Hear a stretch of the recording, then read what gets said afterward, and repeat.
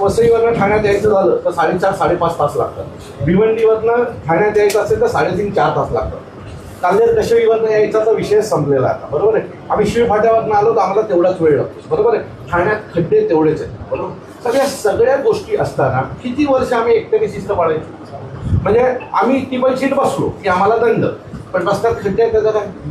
वसईवरनं ठाण्याला यायला घोडबंदर अक्का म्हणजे साहेब शिस्त 2 व्हीलर आणि 4 व्हीलरवाल्यांना जायचं, ट्रकवाल्यांना नाही. पण पब्लिक आहे ना रस्त्याने ना सिग्नलवर उभे असताना पण सरकारला शिव्या देते.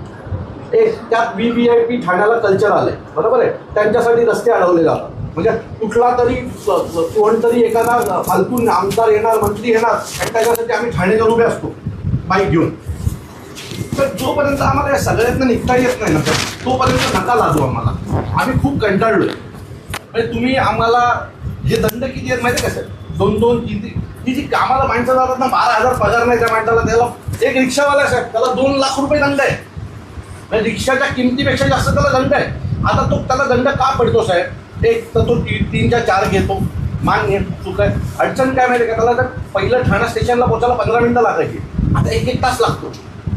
किती वेळा तो फेरी मारायचा. ज्या वेळेला दिवसातनं 10 फेऱ्या व्हायच्या ना आता 3-4 पण होत नाही त्या पोरांच्यासाठी. आज ठाण्यात साहेब सर्व प्रकारे कुठूनही आम्ही आलो. मी तर वेळा होतो वसईवरनं जर यायचं बोललो ना ठाण्यात तर मी जोगेश्वरीला जातो.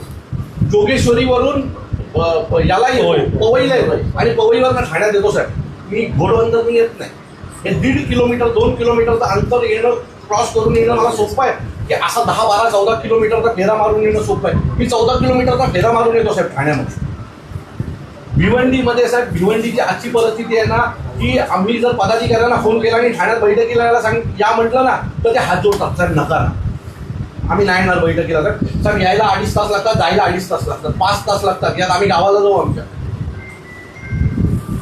माझं मत आहे सध्या साहेब हे दंड बिंड आहे ना आम्हाला